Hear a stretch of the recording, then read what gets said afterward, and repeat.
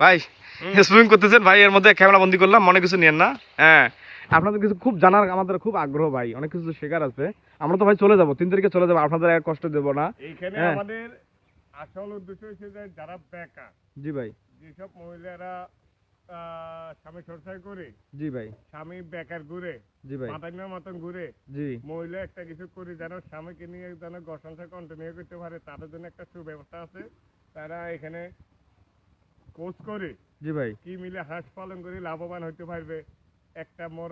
একটা মোরগ আমরা ভবিষ্যতে এটাও পরিকল্পনা করতেছি, একটা মোরগ দৈনিক 2 বার করে ডিম দিবে, এই ধরনের পরিকল্পনা বাহ, গুড আমাদের গুড। চলতে আছে। আচ্ছা আচ্ছা, একটা মুরগি দিনে 2 বার করে করে ডিম দিবে। 24 ঘন্টা বাজারে তো বাংলাদেশে তাহলে ডিমের ঘাটতি থাকবে না।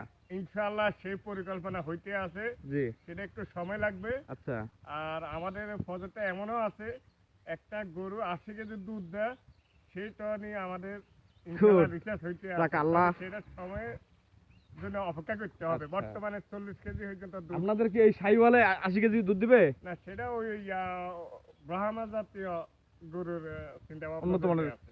গুড, ভালো। এত সুন্দর একটা পরিবেশ ভাই, খুব মুগ্ধ হয়ে গেলাম ভাই।